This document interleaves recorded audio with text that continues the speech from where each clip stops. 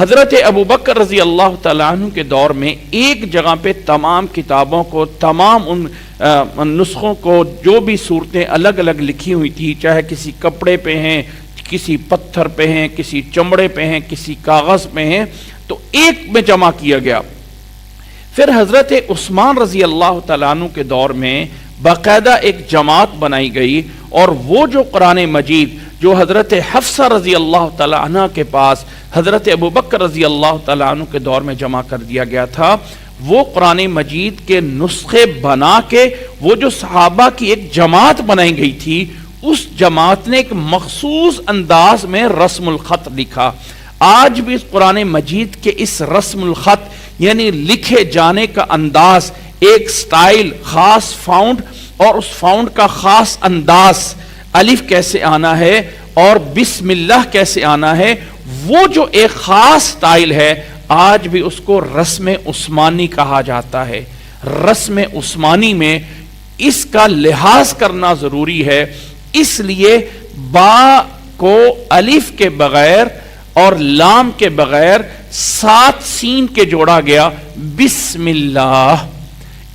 با کے بعد آگے جو سین میم ہے یہ اصل میں اسم ہے، جس کا معنی ہے ناؤن، ناؤن، اور یہ کیوں لایا گیا اس کی وضاحت ہو گئی۔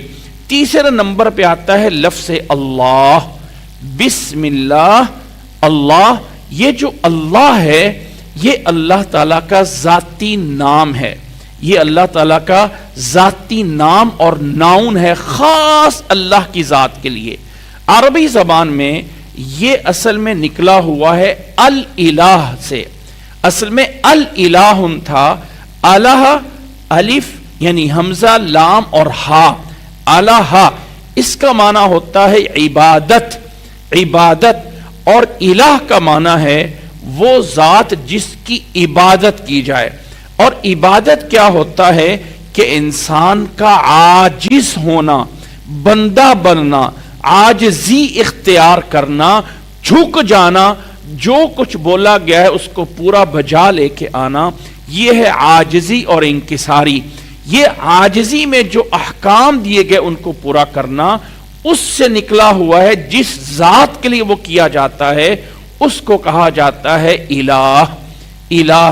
تو اللہ جو ہے وہ سب سے بڑا الہ ہے کہ ساری کی ساری کائنات اسی کی عبادت کرتی ہے۔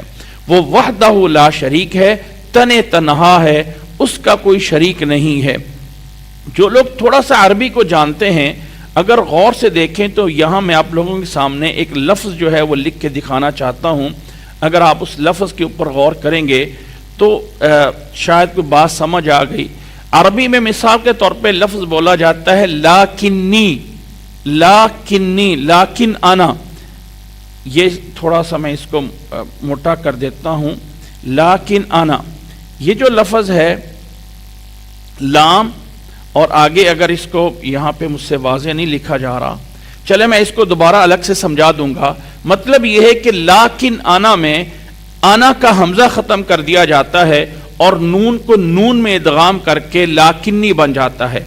ایسے ہی الالہ تھا، الہ کا حمزہ ختم کیا جاتا ہے اور لام کو لام میں مدغم کر کے اللہ بول دیا جاتا ہے۔ لفظ اللہ کی بہت ساری خصوصیات ہیں جو باقی ناموں کے علاوہ ہیں۔ لفظ اللہ کی خصوصیت ایز اے لفظ کے اللہ تعالیٰ کی بہت ساری خصوصیات ہیں لفظ اللہ کی، کہ اس کو موٹا کب پڑھنا ہے، اس کو جو ہے وہ کم کیسے کرنا ہے۔ ہمیشہ مثال کے طور پہ اگر کوئی بھی عربی زبان میں لفظ آتا ہے اور اس کے شروع میں الف لام موجود ہو تو یا سے جب بلایا جاتا ہے یا ایھا الذین آمنوا، یا ایھا الناس، یا ایھا الناس، ایھا کا اضافہ کیا جاتا ہے یا اور اس لفظ کے درمیان جس کے شروع میں الف لام موجود ہو۔ لیکن واحد لفظ اللہ ہے کہ یہاں پہ یا ایھا اللہ نہیں بولنا جائز ہے، بلکہ یا کو ڈائریکٹ لگایا جاتا ہے، یا اللہ، یا اللہ۔ اس طرح کے اور بھی بہت ساری خصوصیات ہیں جو آہستہ آہستہ اپنی اپنی جگہ پہ انشاءاللہ تعالی درمیان میں بیان ہوتی رہیں گی۔ یہاں پر بتانا مقصد یہ ہے کہ اللہ الہ سے ہے، اور الہ کا معنی ہے معبود، ایک ایسی ذات جس کی عبادت کی جاتی ہے۔ بسم اللہ، میں اس اللہ کے نام کے ساتھ اپنا یہ کام شروع کر رہا ہوں۔ نام اس لیے ایڈ ہوا کہ ایز اے ذکر کرتے ہوئے اللہ تعالیٰ کا، ایز اے تعریف کرتے ہوئے اللہ تعالیٰ کی، اس کو ساتھ لیتے ہوئے میں اس کام کو شروع کر رہا ہوں۔ کون ہے اللہ؟ پھر اس اللہ کے ذات کی، اللہ تعالیٰ کے ذات کی کچھ صفات بیان کی گئی ہیں، جن میں سے بڑی صفتیں دو سامنے رکھی گئی ہیں، کہ ایک ہے لفظ الرحمن اور ایک ہے لفظ الرحیم۔ بسم اللہ الرحمن الرحیم، بسم اللہ الرحمن الرحیم، میں اللہ تعالیٰ کے نام سے، اللہ تعالیٰ کے نام سے شروع کر رہا ہوں، وہ اللہ جو الرحمن ہے اور جو الرحیم ہے، جو الرحمن ہے اور جو الرحیم ہے۔ سب سے پہلے تو نوٹ کر لیجئے کہ یہ الرحمن اور الرحیم بنیادی طور پہ ان دونوں الفاظ کا، یا دونوں کلمات کا جو روٹ ورڈ ہے، جو حروف اصلی ہے، اور وہ سیم ہے، را ہا اور میم، را ہا اور میم، رحیم رحیم۔ بنیادی طور پہ ایک بات ذہن میں رکھ لیجئے گا کہ اس دنیا میں چونکہ انسان جو بولتا ہے، انسان جو کلام کرتا ہے، وہ سب سے پہلے اپنی اس دنیا کا اندازہ لگاتا ہے۔ تو یہاں اس دنیا میں ایک بات کو سمجھانے کے لیے سب سے زیادہ وہ کون ہیں دو لوگ جن کا آپس میں ایک دوسرے سے محبت اور شفقت کا تعلق ہوتا ہے، تو اس دنیا کی زندگی میں سب سے بڑا اگر کوئی رشتہ ہوتا ہے تو وہ ماں کا اولاد سے ہوتا ہے، ماں کا اولاد سے ہوتا ہے، جس میں پورا کا پورا اخلاص موجود ہوتا ہے۔ اس رشتے کی جو وجہ ہوتی ہے، وہ وجہ یہ ہوتی ہے کہ وہ اولاد اس ماں کے پیٹ سے پیدا ہوئے ہیں، اور وہ اولاد اس ماں کے پیٹ میں جو 9 مہینے کا عرصہ گزارتے ہیں، اس کو رحم بولا جاتا ہے۔ رحم، کہ یہ ماں کے رحم کے اندر اس نے 9 مہینے گزارے ہیں۔ وہ جو اس کا نام رحم ہے، اس ماں کے اس کے رشتے میں جہاں یہ بچہ 9 مہینے رہا ہے، تو اس لفظ رحم سے آگے وہ تمام معنی لیے گئے جن کا شفقت اور محبت سے تعلق ہوتا ہے۔ صلہ رحمی، صلہ رحمی جو ہم اردو میں بولتے ہیں، اس کو بھی صلہ رحمی، کہ وہ رشتے جن کا تعلق ماں کے رحم کی وجہ سے آپس میں بنا ہوا ہے رشتہ داروں کا، ان کا لحاظ رکھنا، یہ صلہ رحمی ہوتی ہے۔ اس رحمی سے پھر وہ رحمت کا معنی نکلتا ہے، جس میں شفقت، محبت انتہا درجے کی ہو، تب جا کے لفظ رحمت بنتا ہے۔ اب اس لفظ رحمت یا رحم سے کئی سارے الفاظ بنتے ہیں، اور ان الفاظ میں سے ایک لفظ رحمان ہے فعلان کے وزن پہ، اور ایک لفظ رحیم ہے فعیل کے وزن پہ۔ یہ لفظ رحمان اور یہ لفظ رحیم راہ میم سے نکلے ہوئے، دونوں کا معنی رحمت ہے، دونوں کا معنی رحمت ہے، اور رحمت کرنے والا جو دوسرا لفظ ہے رحیم، جو فعیل کے وزن پہ ہے، عربی زبان میں یہ جو ڈائی اور یہ جو سانچہ فعیل کا ہے، اس فعیل کی ڈائی پہ یا اس سانچے پہ جو بھی الفاظ آتے ہیں وہ 2 معنوں میں ہوتے ہیں۔ مثال کے طور پہ اگر عربی زبان میں لفظ قتیل بول دوں، قاتل سے قتیل، تو قتیل کا معنی مقتول بھی ہو سکتا ہے اور قتیل کا معنی قاتل بھی ہو سکتا ہے۔ اس فعیل کے معنی پہ آنے والے جو ہے وہ دونوں معنی میں ہوتے ہیں، نعیم، سمیع، بصیر، دونوں معنوں میں ہوتا ہے۔ بنیادی طور پہ لفظ آگے جو اس کا معنی یا سیاق و سباق ہوتا ہے وہ اس کا تعین کرتا ہے کہ یہاں پہ یہ فاعل کا معنی دے رہا ہے، سبجیکٹ کا معنی دے رہا ہے، یا آبجیکٹ یعنی مفعول کا معنی دے رہا ہے، یہ تعین کرتا ہے اس کی جگہ، اس کا سیاق و سباق۔ لفظ رحیم اللہ کے لیے جب بولا جاتا ہے تو یہاں فاعل کا معنی ہوتا ہے رحم کرنے والا، رحم کرنے والا۔ جب رحمان بھی رحم کرنے والا ہے اور رحیم بھی رحم کرنے والا ہے تو اس رحمان اور رحیم کے دونوں کے معنوں میں فرق کیا ہے؟ سوال اب یہ پیدا ہوتا ہے کہ جب رحمان کا معنی بھی رحم کرنے والا ہے اور الرحیم کا معنی بھی رحم کرنے والا ہے تو پھر دونوں میں فرق کیا ہے؟ کہاں پہ آپ کے فرق ہوتا ہے؟ یاد رکھ لیں، میں لمبی بحث میں نہیں جاؤں گا، صرف خلاصہ بیان کر دیتا ہوں۔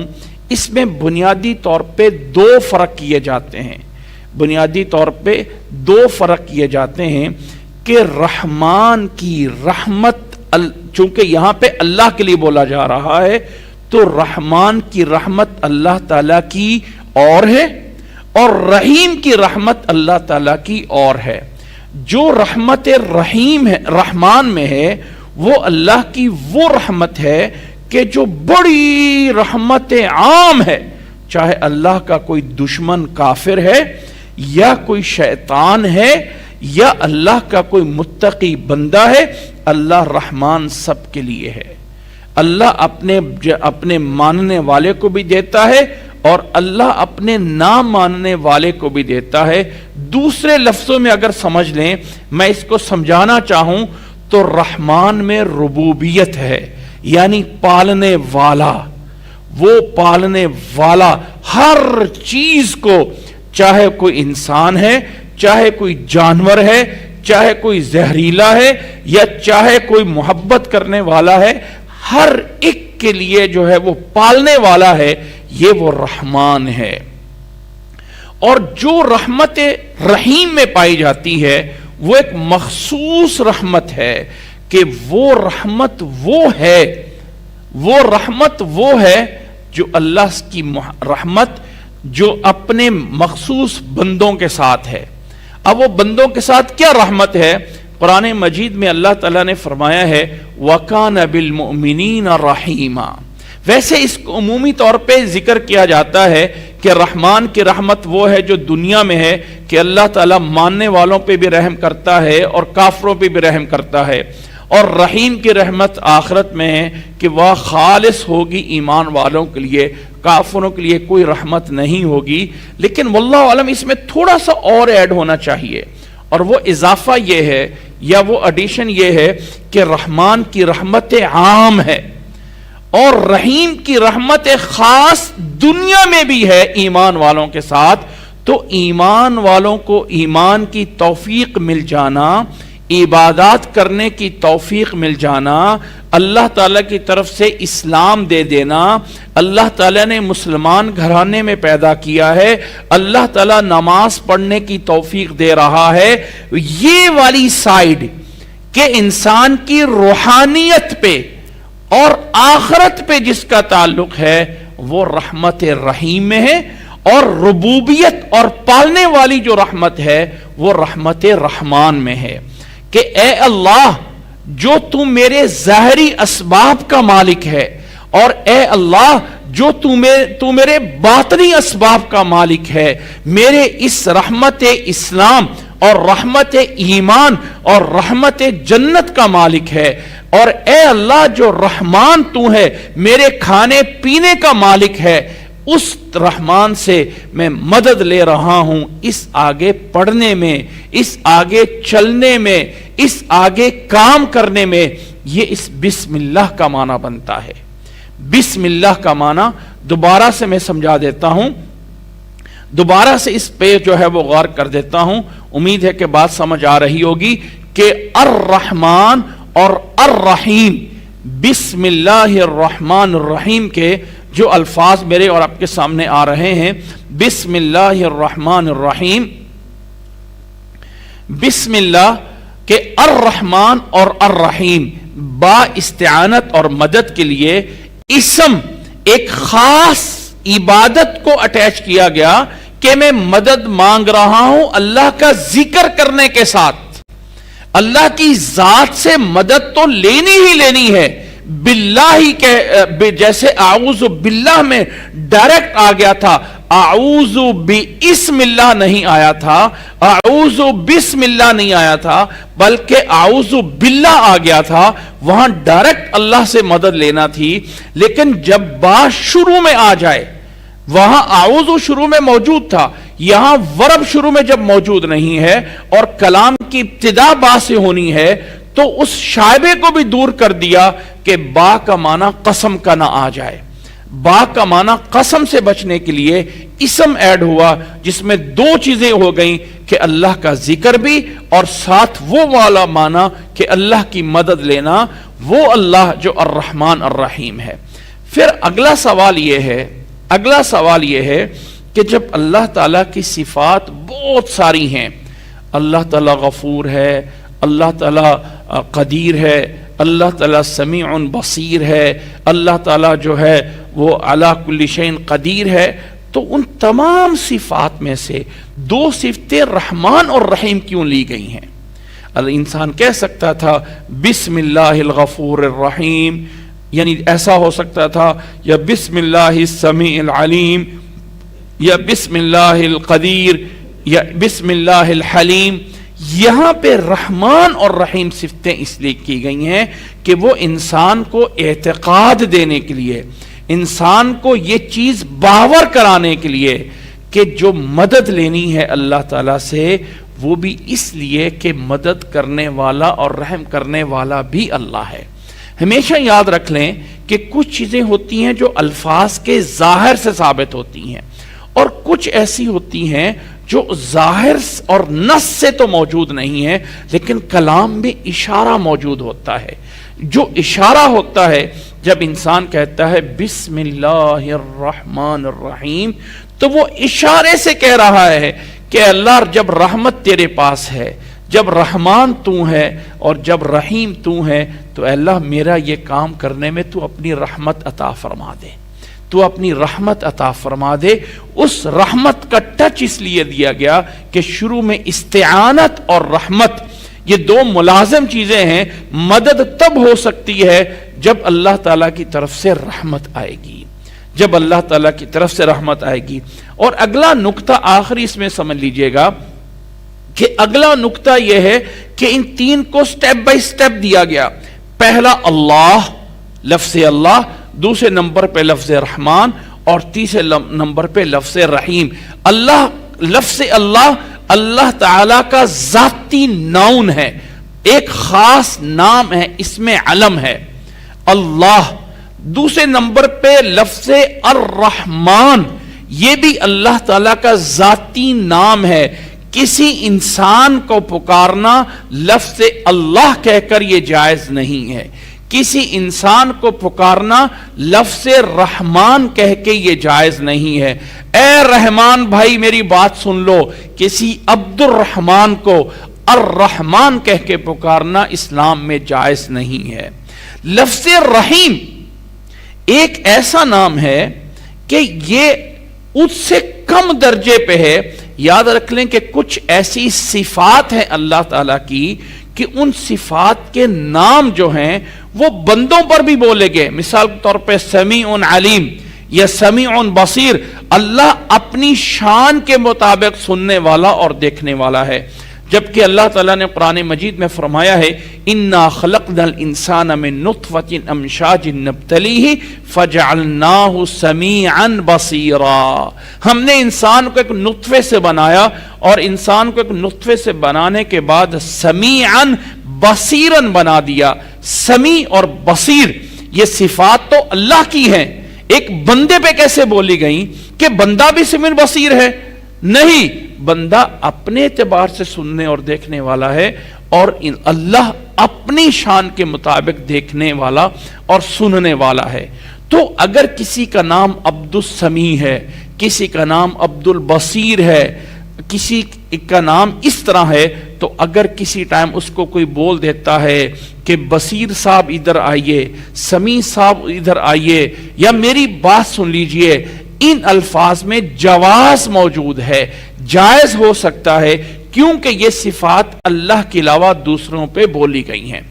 اسی طرح لفظ رحیم ہے، عبد الرحیم کسی کا نام ہے اور اس کو انسان بول دیتا ہے رحیم صاحب، میری بات سن لیجئے، تو اس میں وہ ممانعت موجود نہیں ہے جو ممانعت، جو منع ہونا اللہ اور رحمان میں ہے۔ اللہ اور رحمان، اللہ تعالیٰ نے قرآن مجید میں فرمایا ہے وَكَانَ بِالْمُؤْمِنِينَ رَحِيمًا، اللہ تعالیٰ مومنوں کے ساتھ رحیم ہے۔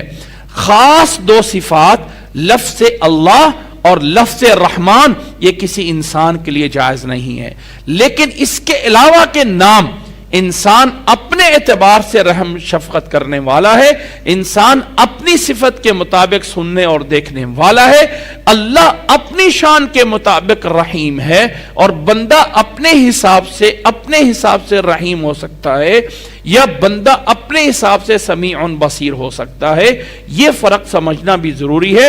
سب سے پہلے اللہ کا وہ بڑا نام آیا، اس کے بعد اللہ تعالیٰ کا جو ہے وہ اس کے بعد دوسرے نمبر پہ جو بڑا لفظ ہے لفظ اللہ کے بعد وہ رحمان کا لفظ آیا، اور تیسرے نمبر پہ صفت رحیم آ گئی ہے۔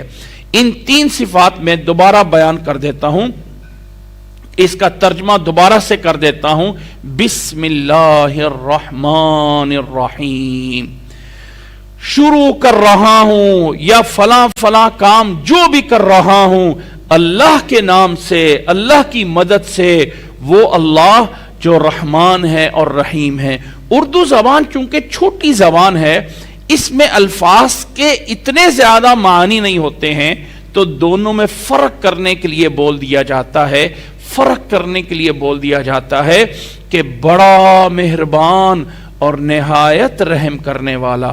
بڑا مہربان کا بھی وہی معنی ہے اور بڑا رحم کرنے والا بھی وہی معنی ہے، لیکن فرق کرنے کے لیے بول دیا جاتا ہے الرحمن الرحیم، جو بڑا مہربان اور نہایت رحم کرنے والا ہے۔ اب ہم شروع کر رہے ہیں قرآن مجید کو، باقاعدہ اس قرآن مجید کا آغاز کر رہے ہیں۔ اعوذ باللہ من الشیطان الرجیم، ایک تعوذ کر لیا، پناہ مانگ لی اللہ کے حکم کو پورا کرنے کے بعد، اب مدد کی طرف آ جاتے ہیں۔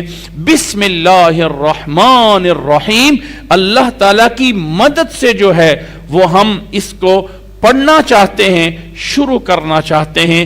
بسم اللہ الرحمن الرحیم کے بعد آغاز ہوتا ہے الحمدللہ رب العالمین، الحمدللہ رب العالمین، الرحمن الرحیم، مالک یوم الدین، ایاک نعبد و ایاک نستعین، اہدنا الصراط المستقیم، صراط الذین انعمت علیہم غیر المغضوب علیہم ولا الضالین،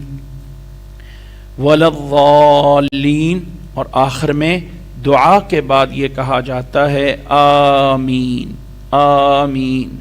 یہ ہے سورۃ الفاتحہ۔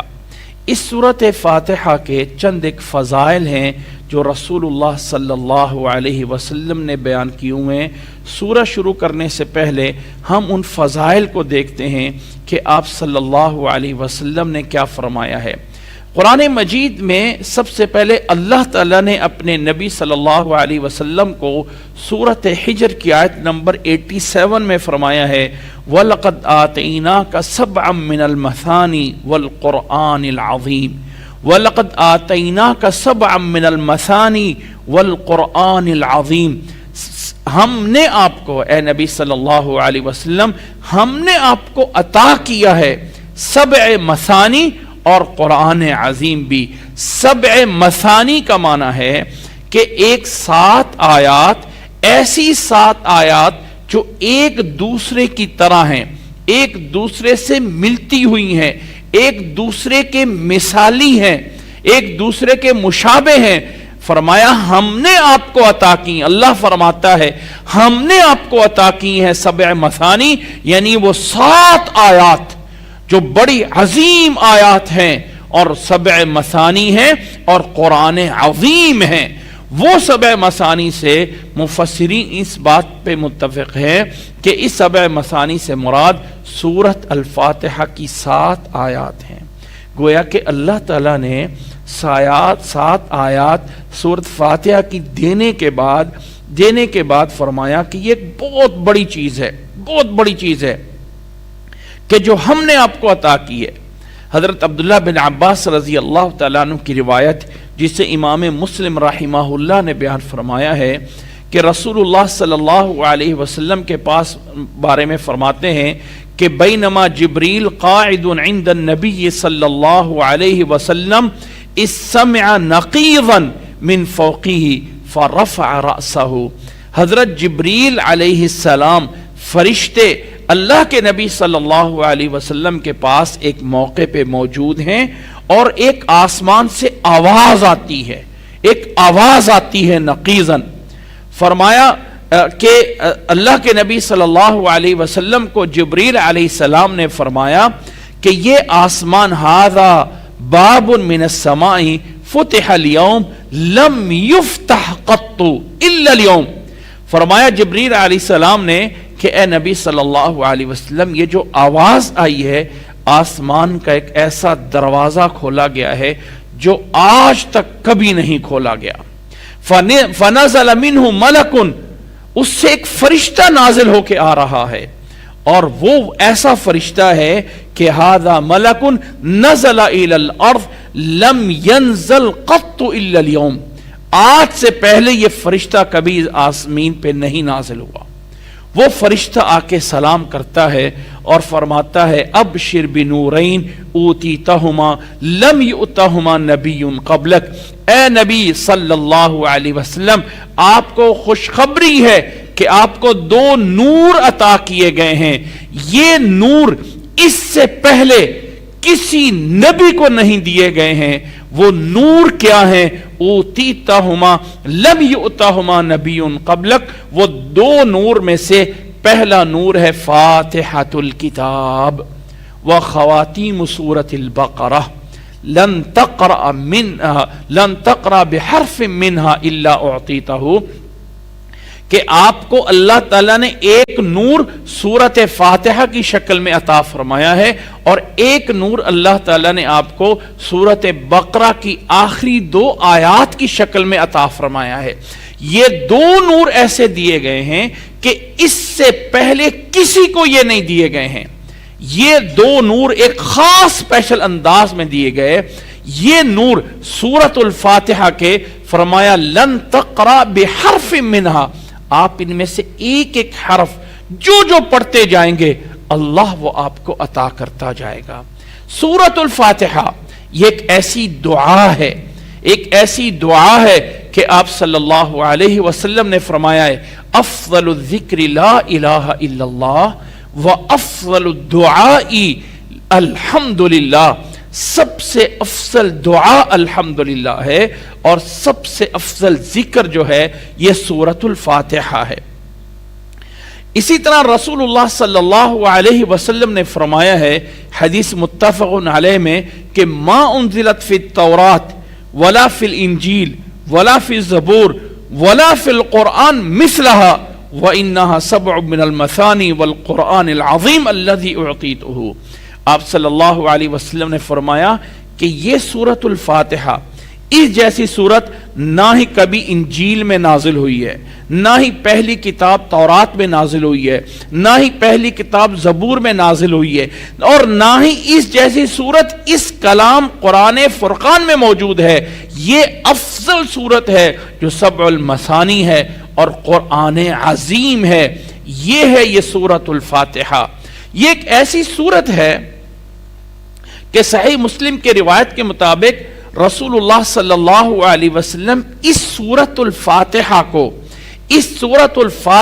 اکیلی سورت کو نماز قرار دیتے ہیں، اور آپ صلی اللہ علیہ وسلم نے اس نماز کو باقاعدہ ایک حدیث قدسی میں یوں بیان فرمایا کہ اس سورۃ الفاتحہ کے الفاظ پہ اللہ تعالیٰ باقاعدہ جواب دیتا ہے جب بندہ کہتا، اللہ تعالیٰ نے حدیث قدسی میں فرمایا ہے قسمت الصلاۃ بینی و بین عبدی نصفین ولعبدی ما سأل، میں نے نماز کو اپنے اور اپنے بندے کے درمیان آدھا آدھا تقسیم کر لیا ہے، اور میرے بندے کے لیے وہ ہے جو وہ مانگتا ہے، اور پھر اس کی ڈیٹیل اور تفصیل بیان کی اور فرمایا کہ جب میرا بندہ کہتا ہے الحمدللہ رب العالمین تو اللہ تعالیٰ کہتا ہے حمدنی عبدی، میرے بندے نے میری تعریف کی ہے۔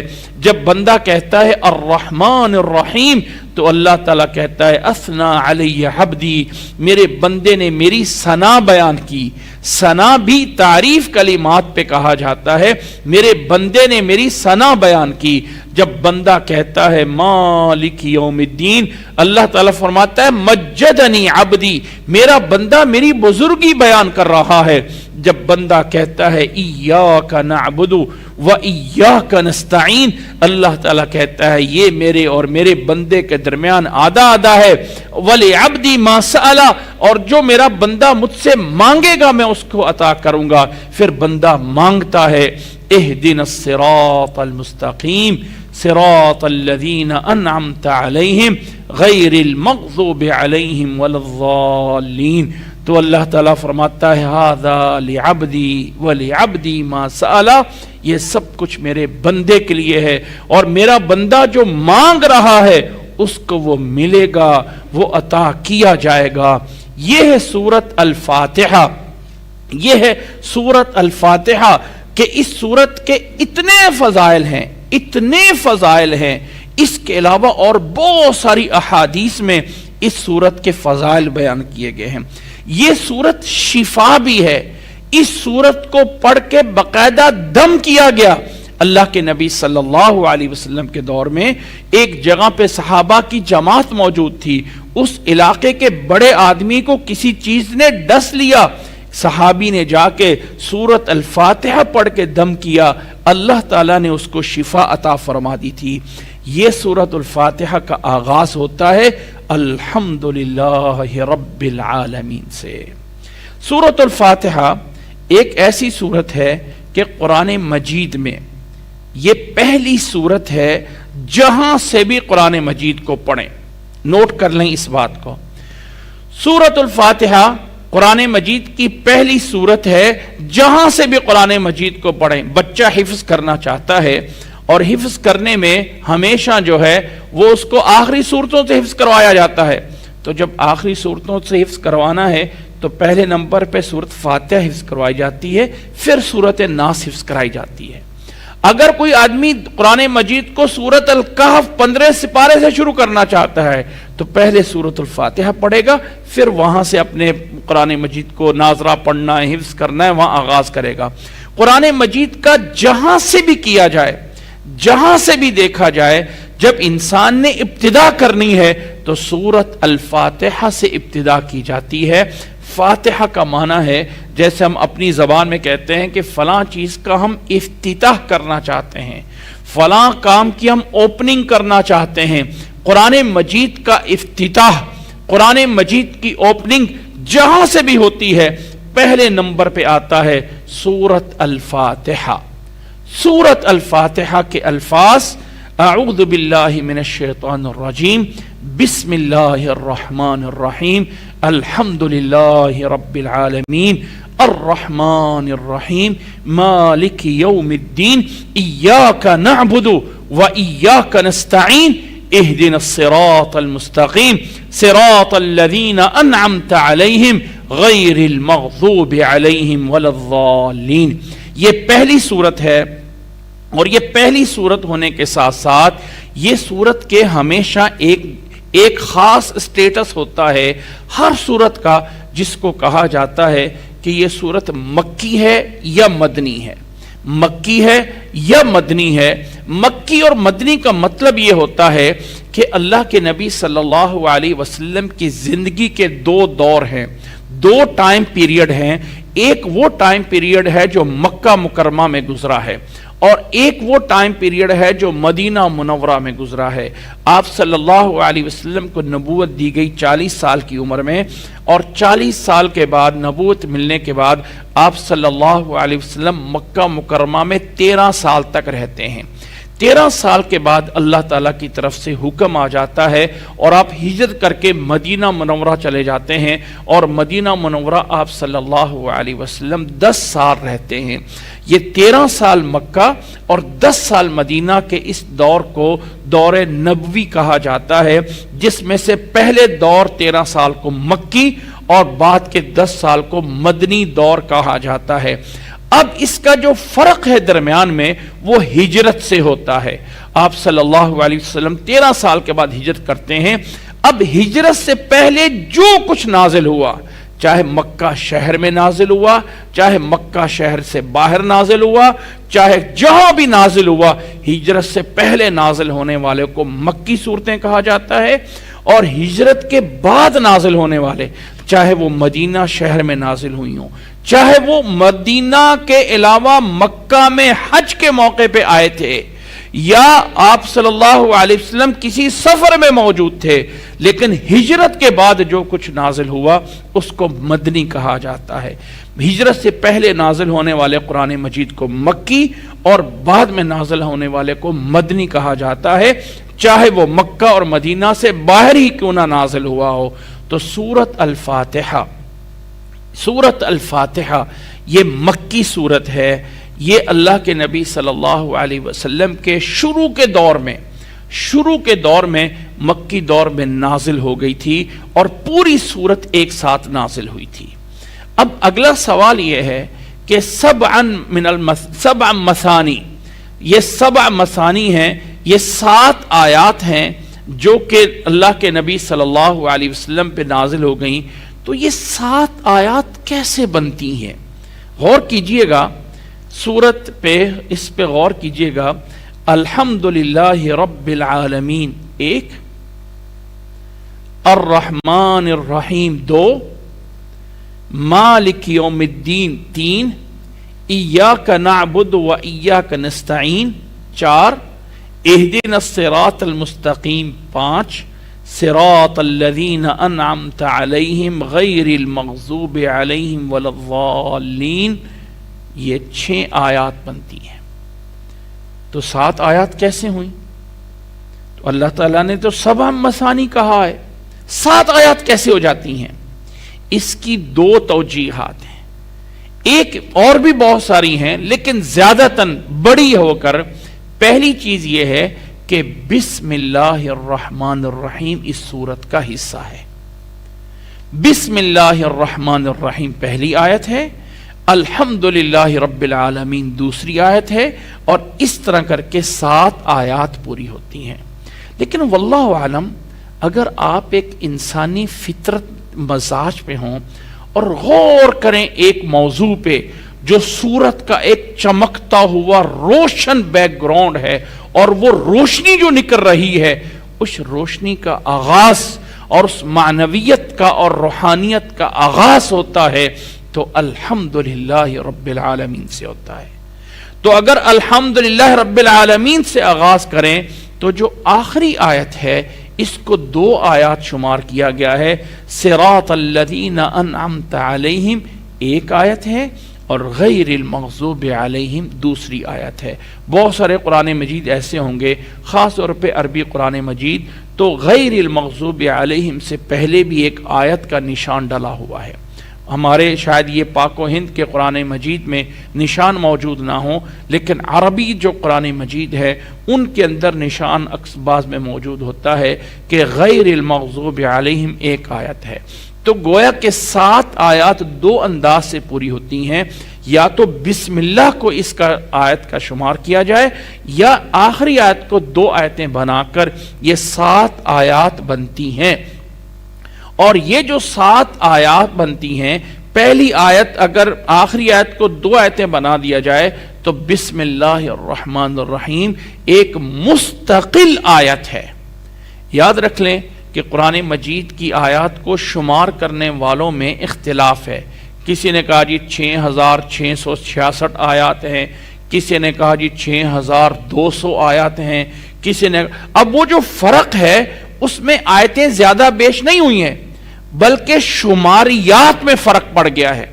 اب اگر بسم اللہ الرحمن الرحیم کو ایک بار ہی شمار کر دیا جائے تو ٹھیک ہے، ایک بار شمار ہو گیا، لیکن ہر سورت کے شروع میں بسم اللہ کو الگ الگ شمار کر دیں تو 114 آیات کا اضافہ ہو گیا۔ اب جن لوگوں نے 114 کم کیا انہوں نے بسم اللہ کو ایک بار شمار کیا، جنہوں نے بسم اللہ الرحمن الرحیم کو 114 دفعہ یا سورت توبہ کو نکال دیں تو 113 دفعہ شمار کیا تو وہ 113 آیتیں زیادہ ہو جاتی ہیں۔ اس طرح کر کے شمار کرنے میں فرق ہے۔ آیات یہی ہیں جو ہمارے سامنے قرآن مجید کی موجود ہیں، گننے والے نے اور شمار کرنے والے نے جو ہے وہ فرق کیا ہے کہ یہ کس طرح کر کے اس کو جو ہے شمار کیا جاتا ہے۔ الغرض یہ چند ایک باتیں ہیں جو سورۃ الفاتحہ سے پہلے کی ہیں۔ اب اس کے بعد سورۃ الفاتحہ کا باقاعدہ الحمدللہ سے آغاز ہوتا ہے، تو یہ انشاءاللہ تعالی ہم آئندہ کلاس میں جو ہے وہ کریں گے۔ آج اسی پہ اکتفا کرتے ہیں اور اسی پہ رہتے ہیں۔ انشاءاللہ تعالی جو آگے کے آیات ہیں سورۃ فاتحہ کو باقاعدہ آغاز کرنا ہے، یہ ہم انشاءاللہ تعالی آئندہ کلاس میں کریں گے۔ اللہ سے دعا ہے کہ اللہ تعالی جو کچھ ہم نے سنا ہے، جو کچھ ہمیں اللہ تعالیٰ نے بولنے کی توفیق دی ہے، اللہ تعالیٰ ہمیں اس پہ عمل کرنے کی توفیق عطا فرمائے اور اللہ تعالیٰ ہم سے یہ محنت قبول فرما لے۔ اللہ تعالیٰ آپ سب لوگوں کو جزائے خیر عطا فرمائے۔ جو لوگ یہ ہمارا پروگرام ٹی وی پہ یا جو لوگ یہ پروگرام ہمارا آن لائن سن رہے ہیں، آپ لوگوں سے بھی گزارش یہ ہے کہ اس پیغام کو آگے سے آگے زیادہ لوگوں تک پہنچائیں۔ اللہ تعالیٰ ہماری بخشش کا ذریعہ بنا سکتا ہے۔ یہ قرآن مجید کے ساتھ ایک محبت کی نشانی ہے کہ ہم اللہ تعالیٰ کے قرآن کے ساتھ ایک محبت کرتے ہیں۔